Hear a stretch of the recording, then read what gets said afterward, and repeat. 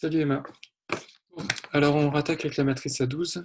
Je me suis rendu compte en la refaisant une énième fois qu'il y avait une petite erreur dans le polynôme caractéristique que j'avais calculé dans la précédente vidéo. Donc c'est parti. Alors tu vas voir, c'est un calcul qui est assez complexe.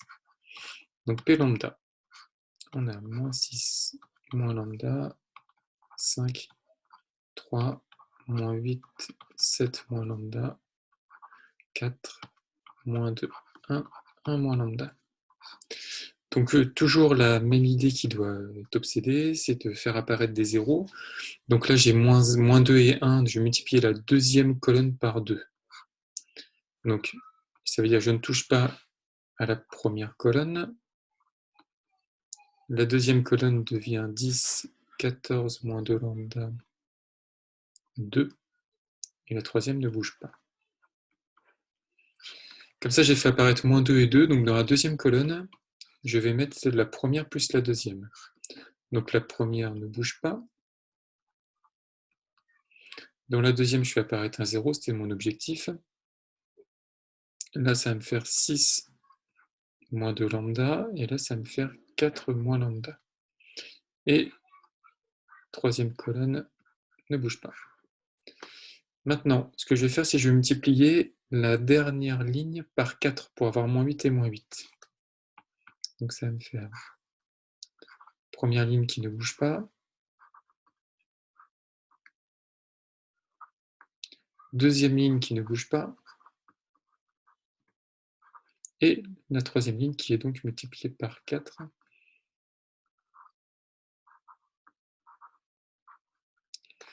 Donc je vais pouvoir additionner la ligne 2 et la ligne 3 que je vais ranger dans la ligne 2. Alors pourquoi dans la ligne 2? Parce que je ne veux pas faire disparaître ce 0 là. Donc ça me donne la ligne 1 qui ne bouge pas, la ligne 2 qui va me donner 0, 6 moins 2 lambda et 8 moins 4 lambda. J'additionne ligne 2, ligne 3, et la dernière ligne qui ne bouge pas. Voilà.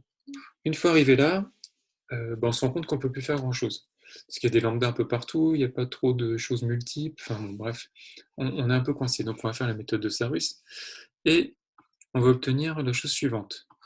Moins 6 moins lambda, fois 6 moins 2 lambda, fois 4 moins 4 lambda, plus 4 moins lambda, fois 8 moins 4 lambda, fois moins 8.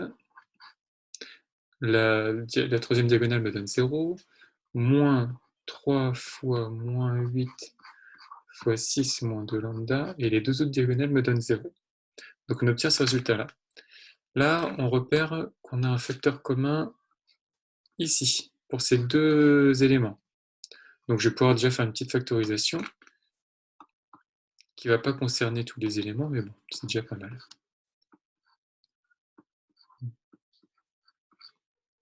Donc pour le premier produit de facteurs, il va me rester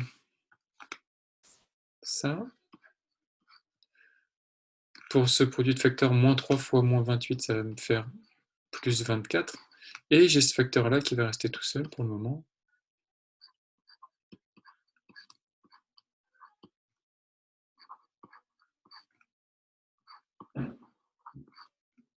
Voilà.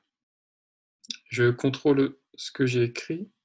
Je me rends compte qu'il y a peut-être un souci là. Qu'est-ce qu'on faisait? On soustrait. Hein. Ah oui, attends, on soustrait. Mais qu'est-ce que je fais? J'additionne. C'est-à-dire que cette case-là, là, c'est 4 lambda. Hein. Je fais n'importe quoi. Hop. Donc là, c'est 4 lambda et le 3 ne bougeait pas. Donc ce qui veut dire que là, c'est 4 lambda ici. Donc je vais pouvoir effacer ça. Hop. Ici, c'est 4 lambda. Bon. Et donc, là, j'ai 4 lambda aussi. On va y arriver.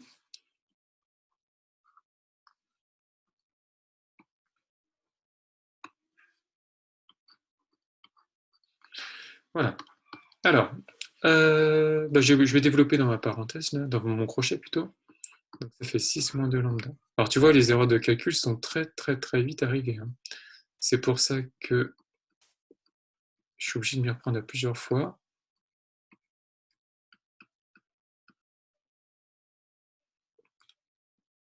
Pour être sûr de ne pas me tromper, voilà. Donc là, ça ferait ça. Bon, je l'ai déjà fait à la main, donc je peux vérifier au fur et à mesure.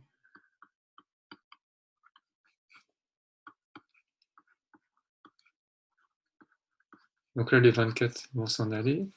Il va me rester 4 lambda carré plus 20 lambda plus 4 moins lambda fois 4 lambda fois moins 8. Je contrôle. Pour l'instant, tout va bien. On se rend compte que cette parenthèse peut être factorisée par lambda. Alors pourquoi c'est intéressant? Parce que là, on a un petit facteur lambda. Donc ça me permettra de refactoriser derrière. Donc là, ça va me faire lambda facteur de 4 lambda plus 20 plus lambda facteur de 4 moins lambda. Et il va me rester 4 et 4 fois moins 8, ça fait moins 32. Donc j'ai mon facteur commun qui est lambda. Donc je le mets en facteur. Je vais faire ça là, donc ça fait lambda facteur de 6 moins 2 lambda facteur de 4 lambda plus 20 plus 4 moins lambda fois moins 32. Donc on va développer tout ce crochet. Ça va faire 24 lambda plus 120 moins 8 lambda carré moins 40 lambda moins, alors 32 fois 4 ça fait 128 et plus 32 lambda. Et donc ça fait lambda facteur de moins 8 lambda carré. Donc les lambda c'est fait. Là j'ai 24 moins 40 ça fait moins 16 plus 32 ça fait plus 16 lambda. Donc les lambda c'est fait, moins 8. Ok, donc là on peut sortir moins 8 de là-dedans, parce que tout est multiplié par moins 8. Et on fait apparaître une identité remarquable, qu'on peut très bien résoudre avec un... Enfin, on peut très bien trouver la racine avec un delta 1. Et donc ça fait ça. Et donc on a 3 valeurs propres. On a 0 et on a la valeur propre 1, qui est une valeur double, une racine double. Voilà, donc là on a trouvé nos valeurs propres, et là je suis sûr que c'est bon.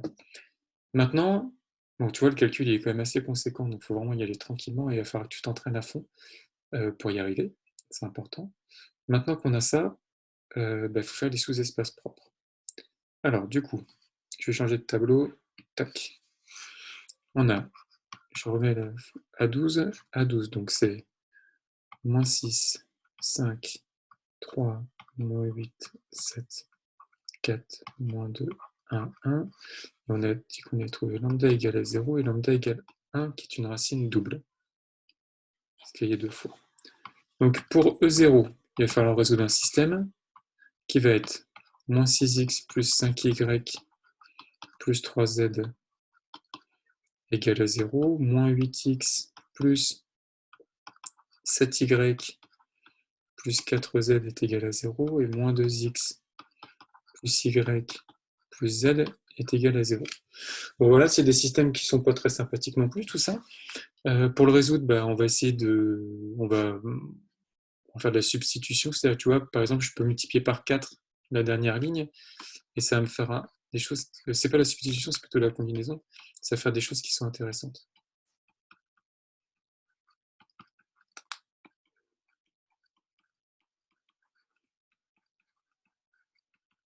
Donc si je fais x4, ça me fait moins 8x plus 4y plus 4z égale à 0.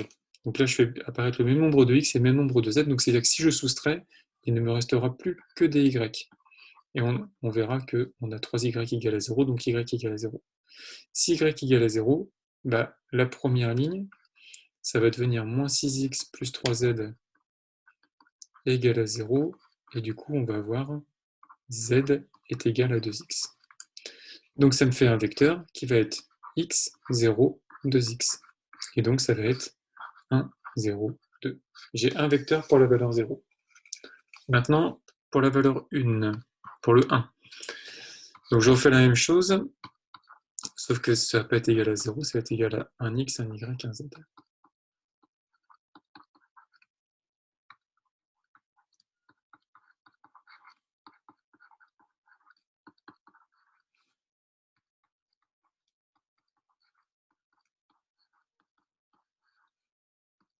On se rend compte que dans la dernière ligne, bah, si je fais moins z, les z disparaissent. Donc ça va me faire y égale 2x. Déjà, on a une première égalité qui est intéressante.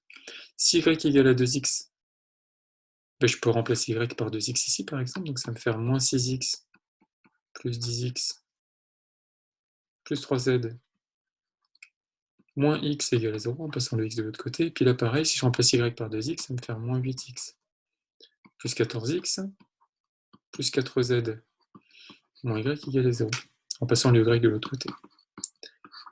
Donc on a y égale à 2x. En haut, ça va me faire 4x moins x, ça fait 3x est égal à moins 3z. Et en bas, ça me fait 6x. Ah, j'ai un y qui se promène dans le y, là, il faut que je le remplace, excuse-moi. Donc c'est y, je le remplace par 2x du coup. Hein. Donc ça me fait 6, ça fait 4x égale moins 4z, bon, ce qui est cohérent avec la première ligne. Et donc on obtient que x est égal à moins z,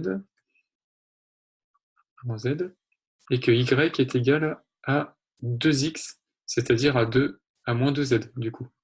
Enfin, je vais réécrire proprement. Y est égal à 2x, et donc égal à moins 2z, parce qu'on sait que x est égal à moins z. Donc ça nous donne un vecteur qui sera moins z, moins 2z, z. Et donc ça fait moins 1, moins 2, 1. Donc la première valeur propre nous donne un vecteur propre, la deuxième valeur propre nous donne un vecteur propre, sauf que nous, on en aurait voulu 3 parce que la matrice A12 est de dimension 3. Donc la matrice n'est pas diagonalisable. Voilà, bon courage. Tiens-moi au courant si toutefois il y a un problème.